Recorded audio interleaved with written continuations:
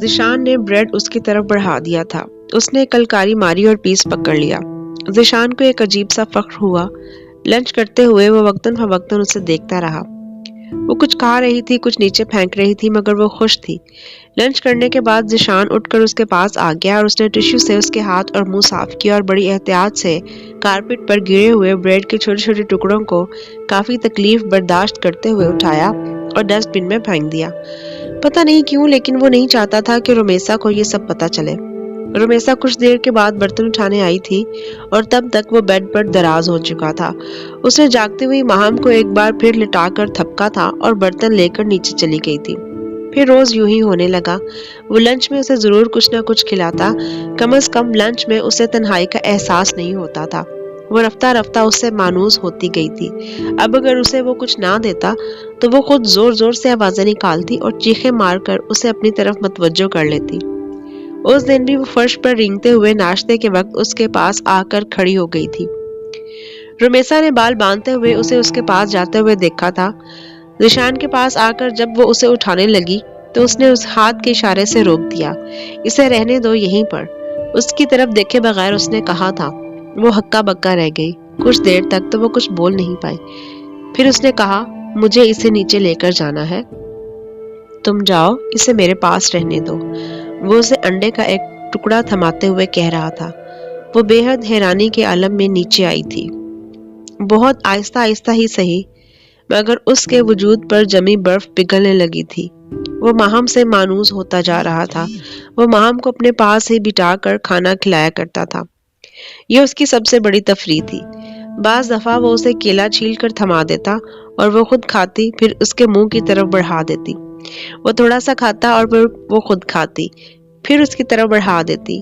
یہ جیسے اس کے لیے کوئی دلچسپ کھیل تھا۔ اب وہ تقریباً سارا دن اس کے پاس ہی رہتی تھی اور بعض دفعہ وہ اس کی گود میں بھی آ جاتی۔ پہلے پہل جب اس نے اس کی گود میں چڑھنے کی کوشش کی تھی تو اسے بے حد عجیب لگا تھا، مگر وہ اس طرح اس کا کندھا پکڑے اس کی گود میں آنے کی جدوجہد کر رہی تھی کہ وہ اسے روک نہیں سکا، اور پھر تو جیسے یہ روٹین ہی ہو گئی تھی۔ وہ اس کے پاس آ کر پہلے کی طرح کھڑے ہونے یا بیٹھنے کی بجائے اس کی گود میں آنا چاہتی تھی اور وہ اس کو اٹھا لیا کرتا تھا، حالانکہ اسے گود میں اٹھانے کی وجہ سے بعض دفعہ اس کے زخموں میں تکلیف شروع ہو جاتی تھی۔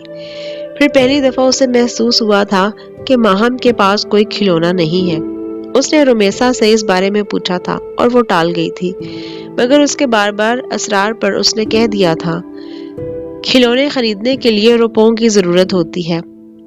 وہ اس کی بات پر کچھ دیر تک اس کا چہرہ دیکھتا رہا، پھر اس نے کہا، نبیل نے حق مہر میں جو 5 لاکھ روپے تمہیں دیے تھے وہ کہاں ہیں؟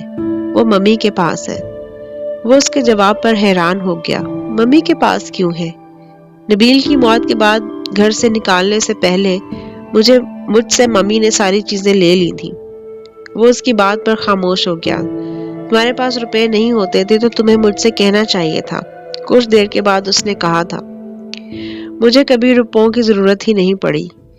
پتہ نہیں اس کے لہجے میں کیا تھا کہ وہ قدرے بے چین ہو گیا۔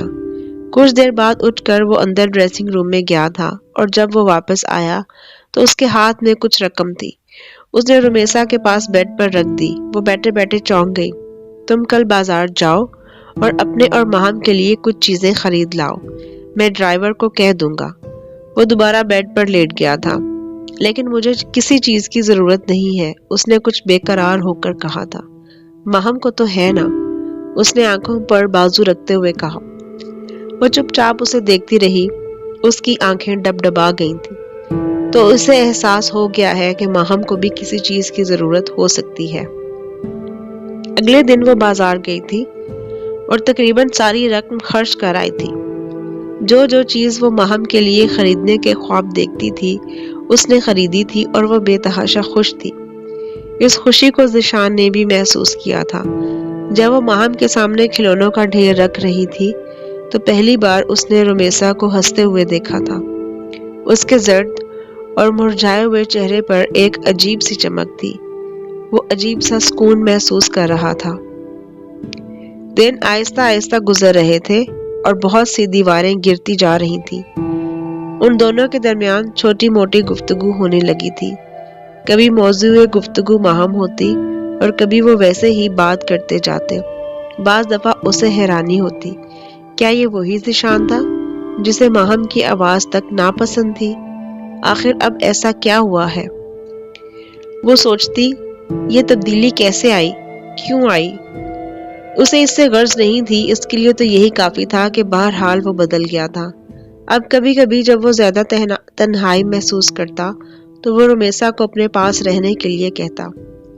2 ماہ بعد جب وہ پہلی دفعہ واپس شیخو پورہ گیا تھا تو ایک عجیب سی اداسی تھی جو دونوں محسوس کر رہے تھے۔